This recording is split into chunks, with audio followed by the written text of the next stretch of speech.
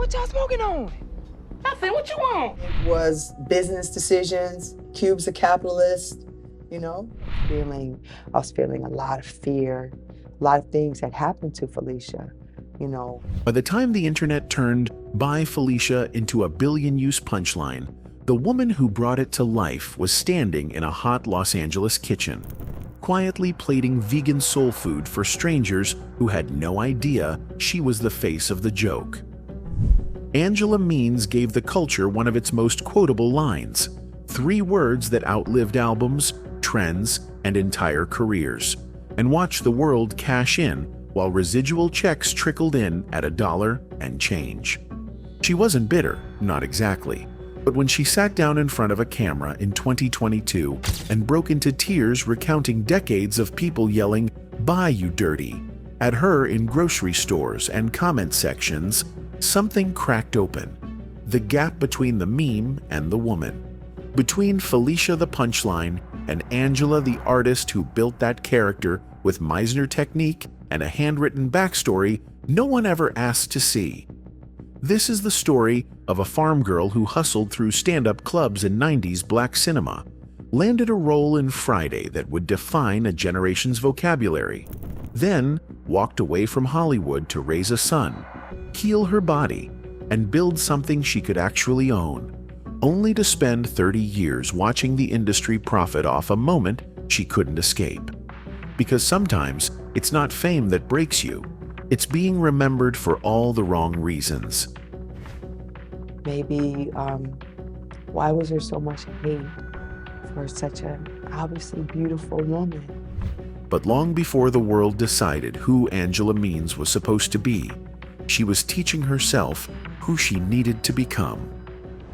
Born November 19th, 1963, Angela grew up the way a lot of black women of her generation did, in a house where survival wasn't a metaphor, it was the daily assignment.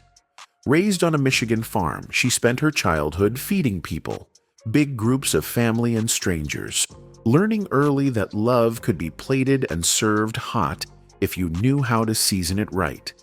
But the real lesson came quieter, colder. No one was going to take care of her, not even the people who were supposed to. So she learned to take care of herself, and that hunger, the kind that sits in your chest and says, "I'm getting out," never left. By the time she hit the comedy circuit in the early 90s, Angela had already been modeling, hustling auditions, doing whatever it took to keep her face in the room. Stand-up was different though, raw, and one night it almost broke her. She bombed hard. The joke landed flat, the room went cold, and instead of bowing out gracefully, she started cursing, walked into the crowd, grabbed a cigarette from some stranger's hand, and turned the humiliation into something real. That's when it clicked. People didn't want her playing a part. They wanted her truth, messy and unfiltered. That lesson would carry her all the way to a South Central porch 5 years later. Somewhere between late-night sets and red-eye flights, Angela boarded a plane to Los Angeles, severely hungover, turbulence rattling the cabin, and pulled out a notebook. She wrote down her goals: land a global commercial, book serious acting work, make it mean something, while the tray tables shook beneath her pen. She didn't know if Hollywood would let her in, but she knew she wasn't going back to Michigan empty-handed. By the early 90s, she was landing sketches on In Living Color, moving through the same deaf comedy adjacent spaces that were feeding talent into the black cinema wave about to explode. She wasn't a star yet, but she was in the room, and for a farm girl who'd been told she'd have to fend for herself, that was victory enough. It's wild how much of success is just showing up when you're not supposed to, refusing to leave when the room goes quiet, and betting on yourself when nobody else will. That role came in 1994, tucked inside House Party 3, the third installment of a franchise that had already made kid-and-play household names in Black America. Angela played Veda, the fiancée, the woman who got to be pretty and funny, and part of the love story instead of the punchline. It was her first real film credit, the kind that gets you noticed in casting rooms, and for a minute, it felt like the doors might actually stay open. But Hollywood doesn't work in straight lines, especially not for black women who don't fit the ingenue mold or the video vixen slot. And Angela was learning that the hustle never really stops. It just changes costumes. Then came Friday. She'd moved back to Los Angeles from Atlanta, still auditioning, still fighting for the next thing, when the script landed. The part was small. Felicia, the neighbor who shows up asking to borrow a car, then a joint, then gets dismissed in 3 words by Ice Cube's character, Craig. Most actors would have shown up, hit the mark, collected the check. Angela did something else. Alone in her apartment, floor covered in papers, she wrote out Felicia's entire life. Where she went to school, what her family looked like, what traumas shaped her, why she moved the way she did. She used Meisner technique, the kind of deep character work you'd bring to a lead role, to inhabit this woman so fully that Angela could disappear and Felicia could breathe. She built a lost, kind soul. Not a crackhead, not a punchline, but a woman the world had stopped seeing. On set in South Central, the sun beating down on a working-class front yard, generators humming in the background, they ran the scene. Ice Cube and Chris Tucker leaning on the porch rail. Angela as Felicia asking for help she knows she won't get. "Bye, Felicia," Craig says, waving her off like she's nothing. Some folks say the line wasn't even in the script, that it came out of the moment, born from the rhythm Ice Cube and Angela found together. Either way, it stuck. Nobody on that set knew it would become anything. Just another dismissal in a comedy about a day in the hood where nothing and everything happens. April 1995. Friday hits theaters on a shoestring budget and becomes a cult phenomenon almost overnight. Angela's at the premiere in a dress that barely hides the fact that she's 5 months pregnant with her son Brad. Flashbulbs popping. Publicists shouting names she doesn't recognize. She's thinking about doctor's appointments and nurseries while the movie that will define her life plays on the big screen behind her. Years later, she'll tell interviewers that Felicia was never what people made her out to be. Not a crackhead, not a joke, but a woman so obviously beautiful and kind that Angela still wonders why no one in the story, or in the audience, ever thought to defend her. The movie became a hood classic. The line became a forever quote. But while Friday was building its legend on cable and VHS, Angela was building something Hollywood never planned for. A life of her own. That life started with a baby, a quieter kind of grind, and a decision most people in Hollywood couldn't understand. Through the late 90s, Angela kept working. Cousin Skeeter on Nickelodeon, where she played Vanessa Walker, Pearl's opposite Bernie Mac, the Cherokee Kid on cable. Steady roles, black sitcoms, and family-friendly stuff. The kind of work that keeps you visible without making you a star. She was in the mix, part of that wave of black actors moving between UPN lineups and direct-to-cable films. But something had shifted the moment Brad was born. Stand-up required travel, late nights in rooms that smelled like spilled beer and somebody else's regret. Acting meant auditions, callbacks, sitting in rooms where they wanted you lighter or darker or funnier or quieter, depending on the day. And motherhood, the way Angela wanted to do it, required something Hollywood doesn't give: control. So she made a choice. Not the kind that comes with a press release or an explanation, just a slow, deliberate step back from the thing that had consumed her 20s. By the early 2000s, while other actors from Friday were chasing sequels and talk show circuits, Angela was at a kitchen table covered in maps and homeschool lesson plans. Brad's ballet shoes kicked under a chair, vegan meals simmering on the stove because she'd started learning that food could be medicine if you cooked it right. She told him over and over, "The world is bigger than where you are," and then proved it, taking him to museums, enrolling him in music classes, curating his world with the same care she'd once brought to building Felicia's backstory.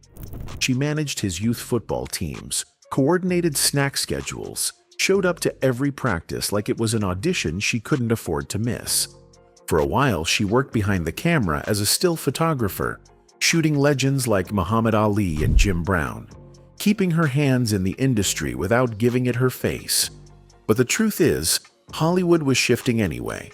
The specific lanes that had made space for actresses like Angela, the light-skinned love interest, the pretty neighbor, the comic relief wife, were narrowing as formats changed and new archetypes took over.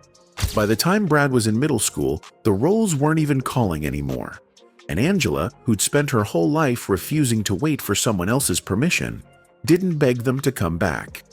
There's a particular kind of strength in walking away from the thing that was supposed to validate you, choosing the quiet over the spotlight, raising a son who'll go on to quarterback for the University of Miami because you decided his future mattered more than yours. While Angela was raising that future quarterback and teaching herself to cook vegan soul food, the internet was doing something she never saw coming, turning Felicia into a forever meme, and Angela into a ghost. It started quietly, the way most cultural shifts do, a whisper that turns into a roar before anyone understands what's happening. 2008. Someone uploads "By Felicia" to Urban Dictionary, defining it as a dismissal, a way to say goodbye to someone who doesn't matter. A few clicks, a definition, nothing major. Then 2011. A YouTube clip isolates the scene from Friday, just that moment on the porch, and suddenly the line has a home on the internet, shareable and looping and ready to become something bigger than the movie that birthed it. Angela's not online much during these years. She's homeschooling Brad, managing his football schedule, learning to cook jackfruit in ways that make it taste like the barbecue she grew up on. She has no idea her face is starting to circulate again, that Felicia is being resurrected without her permission. By 2014, the meme hits critical mass. The hashtag explodes, over 35,000 tweets in a single month. People using "By Felicia" to dump ex-boyfriends, quit bad jobs, ghost toxic friends. Jordan Sparks drops a mixtape and titles it "By Felicia." VH1 and Bustle run explainers for confused white audiences trying to figure out where this phrase came from. It's everywhere. Instagram captions, reaction GIFs, think pieces about Black vernacular going mainstream. The line Angela delivered in 3 seconds on a South Central set 2 decades ago is now a cultural phenomenon. Bigger than the movie, bigger than Ice Cube, bigger than anything she ever imagined when she wrote Felicia's backstory in that dim apartment. And Angela. She's still getting residual checks from Friday, tiny ones. She'll joke later about checks hovering around $1, maybe enough for a coffee if she's lucky, arriving in the mail like a reminder that the industry got everything it needed from her and moved on. While the phrase titles songs and gets slapped on t-shirts and mugs, while it becomes the go-to dismissal for a generation raised on memes, her name stays absent from the credits. People know "By Felicia." They don't know Angela Means. In May 2014, Ebony runs a feature on her, but it's not about Friday or the meme. It's about her new passion, holistic health, and helping people reverse diet-related diseases through plant-based eating. She barely addresses the catchphrase, focusing instead on the life she's built outside Hollywood's machinery. But the internet doesn't care about nuance. To them, she'll always be Felicia. And worse, they start treating her like the character. In grocery stores, on the street, in comment sections, people yell, "Bye, you dirty," at her, finishing the sentence with the cruelty the movie never said, but the culture invented. They call her a crackhead, a joke, a punchline, conflating Angela the artist with Felicia, the character, in ways that make her skin crawl. It's one thing to play a role. It's another to have the world decide that role is the only truth about you. To be dragged from one end of Twitter to the other of TikTok, mocked by people who have no idea you spent hours crafting a woman they never bothered to see. The scale told one story, the mirror told another, but Angela's body was telling the truth. Both of them refused to say out loud. Somewhere in the fog of the mid-2000s and early 2000s, while Brad was grinding through high school football, and Angela was still trying to figure out what life looked like when Hollywood wasn't calling. Her weight climbed to 227 pounds. The health issues came slow at first, then all at once. The kind that make you realize your body's been screaming and you've been too busy surviving to listen. She'd spent decades feeding other people, crafting meals on that Michigan farm, plating love on sitcom craft services tables. But she'd never learned to feed herself right. The realization hit hard. If she didn't change, she wouldn't be around to see Brad's future, the one she'd sacrificed everything to build. So she started experimenting, trading meat for plants, learning how to season jackfruit until it pulled apart like pork, how to make greens sing without the ham hock her grandmother swore by. For a while, she worked anonymously in the back of a Los Angeles restaurant, prepping vegan trays for someone else's dining room, testing recipes on strangers who didn't know Felicia was in the kitchen, sweating over their plates. It was humble work, invisible work, the kind that doesn't come with residual checks or IMDb credits. But in that heat, surrounded by steam and spice and the rhythm of chopping and stirring, Angela found something Hollywood never gave her, a mission she could control. By 2016, when CBS Sports profiled her as the mother of University of Miami's star quarterback Brad Kaya, the picture came into focus. She'd been living off those tiny Friday residuals, stretching them between homeschool supplies and football camps, pouring everything into her son, while the industry that made "Buy Felicia" a billion-dollar phrase forgot to CC her on the profits. In interviews and podcast appearances around this time, you can hear the frustration bubbling over.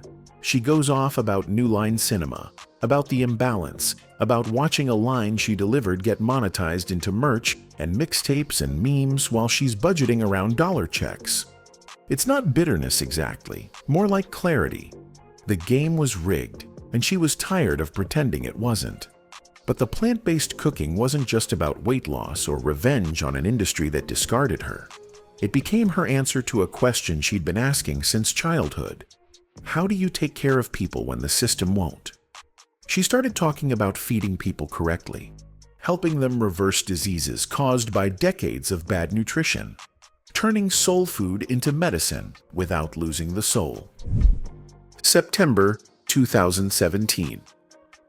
Angela Means opened the doors to Jackfruit Cafe in Los Angeles, and for the first time in decades, she wasn't asking permission from a casting director or a studio executive or anyone who thought they knew better. This was hers. The concept, the menu, the mission, the risk. Vegan soul food, the kind that made people stop mid-bite and ask, "Wait, this isn't meat?" Jackfruit seasoned and smoked until it pulled apart like barbecue. Greens that tasted like Sunday dinner without the ham hock. Mac and cheese that didn't need dairy to make you feel like somebody's grandmother loved you. The soft opening on Crenshaw was small but electric. The smell of barbecue sauce and smoked jackfruit drifted out onto the street, pulling in Black families, health-conscious millennials, curious vegans, and folks who just wanted to see if Felicia from Friday could really cook. Angela was in the kitchen, not hiding, plating bowls and explaining to every customer who'd listen how plant-based food could pull them off blood pressure meds, reverse diabetes, give them their lives back. She wasn't performing anymore. She was teaching, feeding, healing, doing the work she'd been preparing for since those farm kitchens in Michigan. By November, the press caught on. Good Black news, local outlets, vegan blogs, they all ran the same angle. Felicia from Friday now owns a vegan cafe. She could have resented the framing, the way they still led with the meme instead of the mission. But Angela was smarter than that. She used it. Let them come for Felicia. Let them stay for the food and the philosophy and the woman who'd finally figured out how to turn pain into purpose. But running a restaurant in Los Angeles is a different kind of grind, and by June 2018, the Crenshaw location closed its doors. Not a failure, just a pivot. She reopened in Santa Monica, adjusting, adapting, proving she could survive the instability that comes with ownership. Some places folded after one bad month. Angela kept moving, kept cooking, kept betting on herself the way she'd done on that hungover flight to LA all those years ago. For a minute, it looked like the second act was working. Vegan queen, health advocate, the woman who beat Hollywood by leaving it. But the past wasn't done with her yet. It found her in interview chairs, under studio lights, with microphones that finally let her say what she'd been holding for 30 years.